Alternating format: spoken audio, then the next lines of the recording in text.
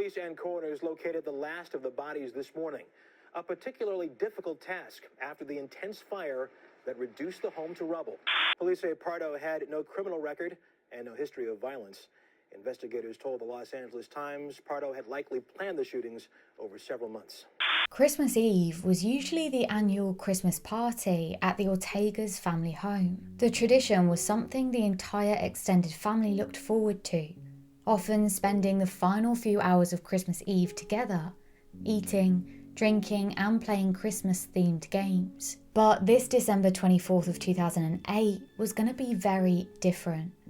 An intruder dressed up as Santa Claus would wreak havoc and tragedy on the house and end up massacring 9 people. The man had been planning this for a long time, putting in a custom order for a Santa costume months before the Christmas Eve massacre. This is Red Rum, stories about the true victims of crime. This video is made from various documents listed in the show notes.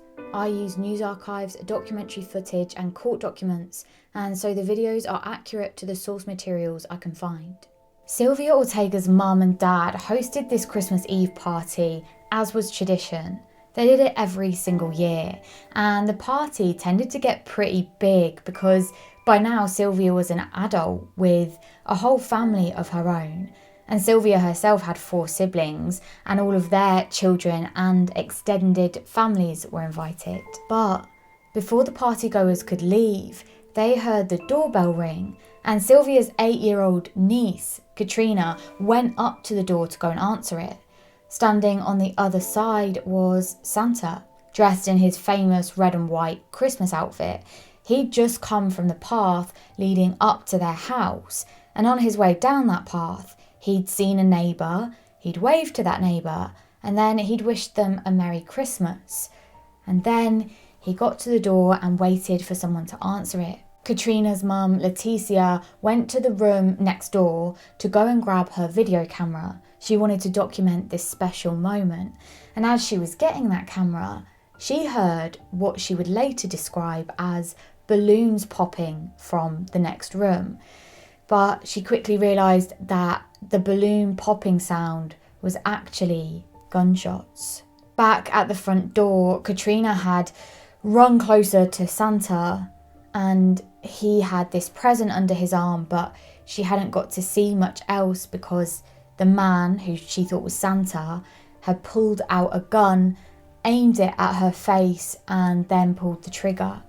Katrina fell to the floor, and that sound of what had just happened, the gunshot, and the image of this little girl lying on the floor caused the partygoers to disperse, running around and hiding in different areas of the house in a complete and utter panic. But this just spurred the man dressed as Santa to shoot anywhere and everywhere he saw movement. Whenever he locked eyes on something or someone moving, he would aim the gun and shoot. And this went on and on for what survivors would later describe as an incredibly long time, until eventually the man ran out of bullets.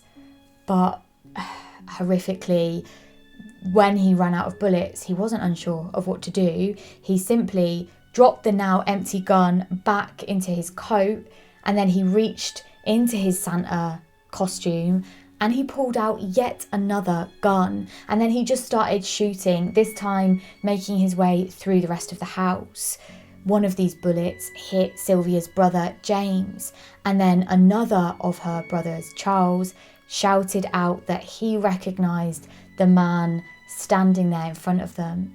He knew who it was, and he shouted, quote, "It's Bruce." Bruce Jeffrey Pardo was Sylvia's ex-husband. He and Sylvia had met when they were introduced to each other by one of his work colleagues. Sylvia Ortega, a divorced mum of 3 children, got on really well with Bruce, and they got pretty serious quite quickly and decided to get married in December of 2006, and it wasn't long after that they bought a house together.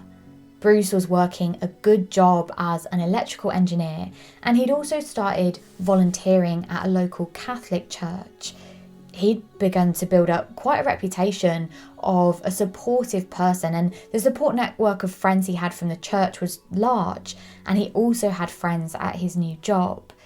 And Bruce found that with this new job came a big paycheck, and with more money, he was able to afford more and more luxuries, and he really went all out. He bought a boat, he bought a number of different expensive cars, and he and Sylvia bought this house together, and it was an expensive house. In 2007, however, things began to go downhill. Sylvia just wasn't happy ultimately with how the couple were handling their finances. She was working a full-time job, she was also raising her three children, and she was caring for Bruce's dog, and she was struggling to pay for everything. Now, during this time, she and Bruce had also been putting away money so that they'd have a pot of savings. But by 2007, she just wasn't happy with how little Bruce was contributing to their shared life. They were married, they were supposed to do these things together. But Bruce had become extremely protective of any money that he earned, and he just outright refused to spend it on any of Sylvia's children, even though they were all living as one family under one roof. And Sylvia would later find out that even though they'd both been saving up this money, that pot that they'd saved up, which was at one point $88,000, was now down to just $9,000, and that was because Bruce had transferred money out of their savings account into his own personal account. Of course, that progressed things in their marriage, going from bad to worse, and Sylvia ended up sleeping in a different room. And then one day, Sylvia found out that Bruce had a child from a previous relationship, and this was the absolute last straw for Sylvia. Bruce had always gone on and on about how he really didn't want to have any children, and ultimately that was the reason he cited as not wanting to spend anything on her children. The fact that he'd been lying about this for the entirety of their relationship was too much for Sylvia, and so she started divorce proceedings. It turned out that Bruce had lied to Sylvia about a lot of things. Bruce had a fairly normal childhood, and his school days were pretty normal by all accounts. He was quite a smart kid. And then he got to college age and he got an offer to study at the California State University in Northridge. And after that, he started working in engineering for a well-known lab. And he excelled in his technical abilities, but he just wasn't very good at the other parts of working. And he wasn't very professional, he would turn up late, and he was able to access certain private files and documents as part of his job, but he was only ever supposed to access these for very specific reasons, and obviously never just because he wanted to, but that didn't stop him. Of course, he ignored this, and Bruce just began to get curious, specifically about what his colleagues were earning. And so he would often log onto that computer system and just take a look around. He'd see what other people around him were earning. And when he saw this, he became extremely jealous of what other people were earning if it was more than him. And his obsession with money would just continue into his life, way beyond work. It had started to affect his social life. It started to affect his love life. And although he began casually dating people, those romances were short-lived. They'd often end because of his obsession with money and his jealousy over anyone doing better than him financially. In 1988, however, Bruce started dating a co-worker of his called Dahlia, and the couple's relationship moved pretty quickly. It wasn't long before they actually decided to get married. But Bruce and his obsession with money really got in the way of that romantic wedding celebration that they had started planning. And when Bruce said that despite his good salary and his savings, he didn't want to use any of his money to pay for their wedding, that obviously wasn't a nice thing for Dahlia to hear. But she was a practical woman. She decided that was fine if that's what he said, and she still wanted a big wedding, so she would just pay for it all herself. It became clear, however, a little later on that money probably wasn't the only thing stopping Bruce from really investing in the idea of this wedding. Dahlia went ahead and planned it. She booked everything, including the wedding day itself and an expensive luxury honeymoon and the flights that went along with that too. But on the wedding day in 1989, Dahlia got all ready. She got all dressed up. She went out to go down the aisle and found that her fiancé Bruce wasn't there waiting for her. He'd simply gotten cold feet and he had left her at the altar. Dahlia would then go and check their joint bank account after the wedding day, and she found that Bruce had withdrawn the $3,000 that they had saved together, and he'd used all of that money to go on a holiday to Palm Springs on his own. The next few years would see Bruce dating women on and off, but nothing ever really stuck. And Bruce just wasn't able to commit. It seemed that any of the women that he would date, they seemed taken by him, but Bruce would almost always do something to mess the relationship up, whether that was subconsciously or because he knew he didn't want to commit. We just won't ever know. And then by the time Bruce was in his 30s, he met a woman called Elena Lucano, and they had a baby together. They had a son called Matthew. In 2001, when Matthew was just over 1 year old, Elena went out, she went shopping for food.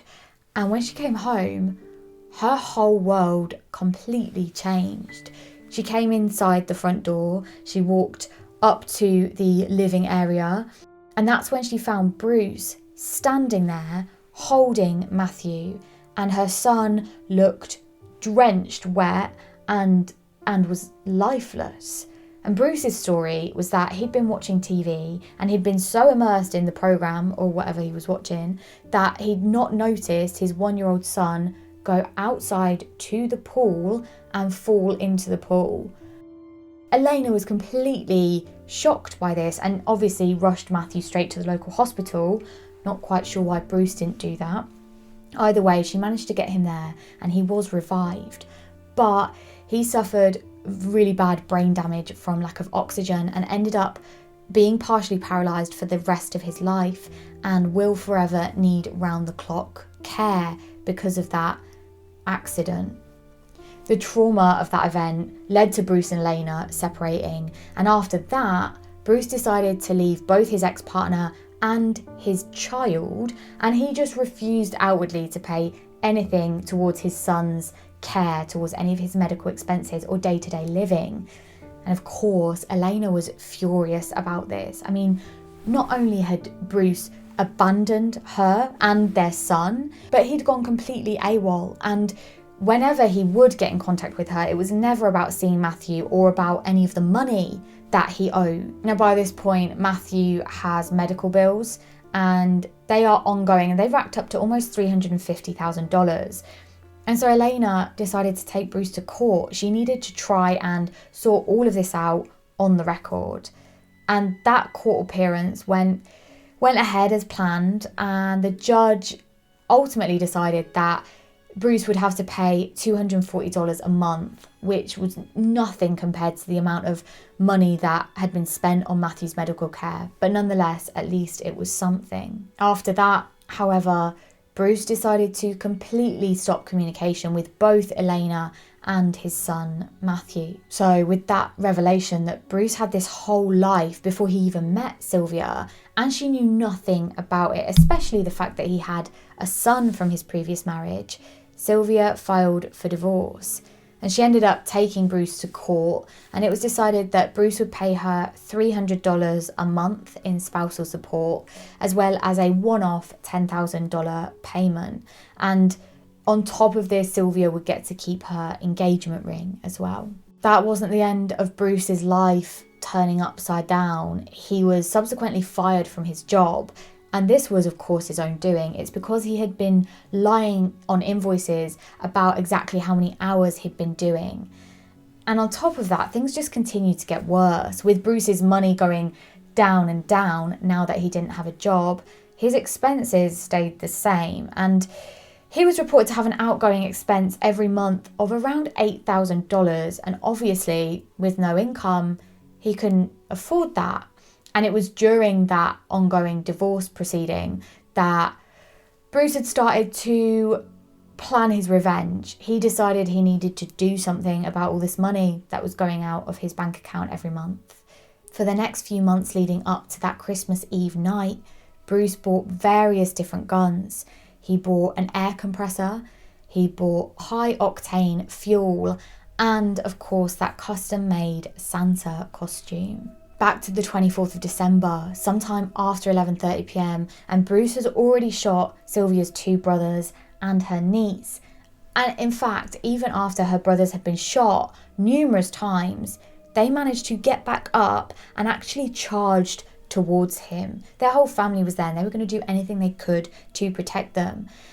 And so they attempted to take this huge 6'4" man down, but they weren't just faced with the man, Bruce. They were also faced with his guns. And so Bruce shot at them, ultimately killing them both pretty quickly after they started going towards him. Sylvia, along with her mum, her dad, and her sister, had crawled underneath the dining room table, but Bruce was there, he could see them, and he just continued to shoot towards them, eventually standing right over them and shooting them once each in the back of the head. But the nightmare wasn't by any means over yet.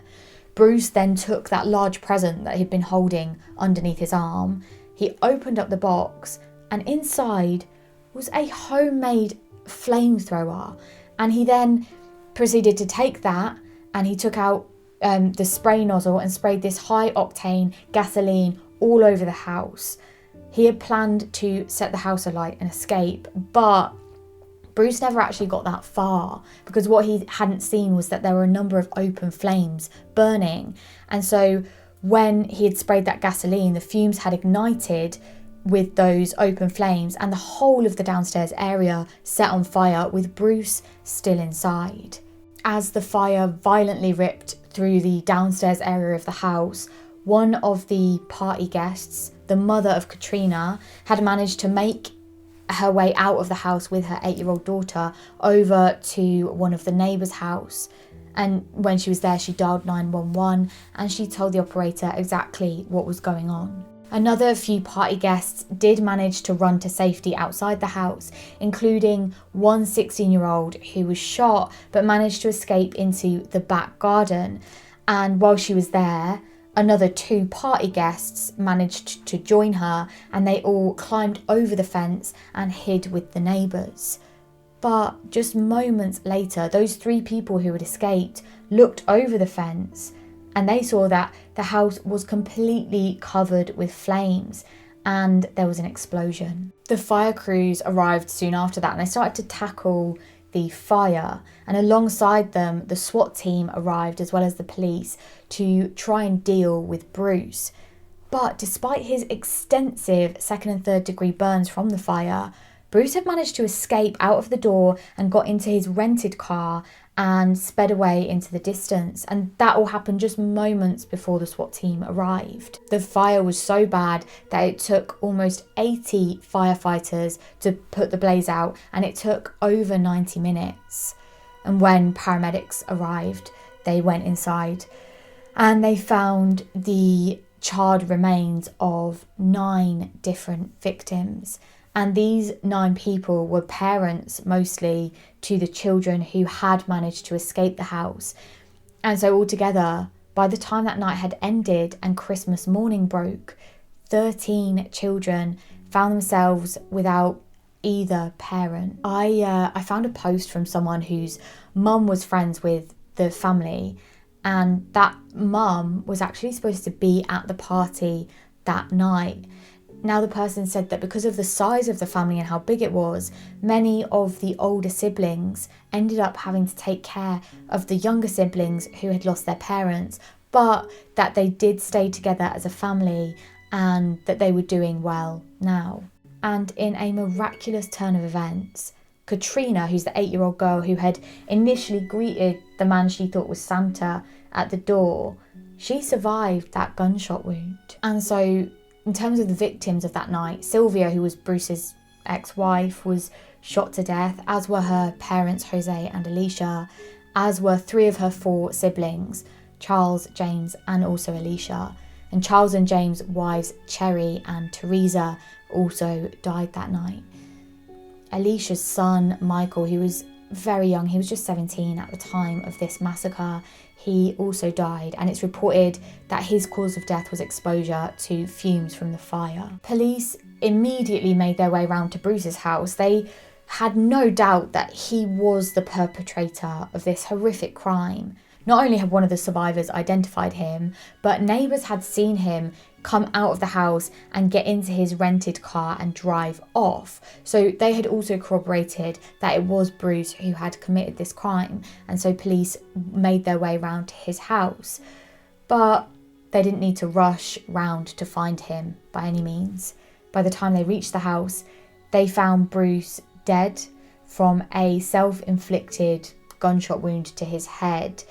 And they would later get the toxicology reports back, and they found that he'd also taken cocaine before pulling the trigger. Inside the house, the investigating team found an array of worrying evidence, including a number of different guns, and the room where he'd evidently made the homemade flamethrower was full of more evidence, and it became clear that Bruce was quite an experienced bomb maker. They also found that Bruce had booked a plane ticket on the morning of Christmas, and it was booked for just 30 minutes after he started that massacre. And on top of this, they found that Bruce had $17,000 strapped to his legs. Investigators suggested that this pointed to Bruce planning on trying to escape after the murders.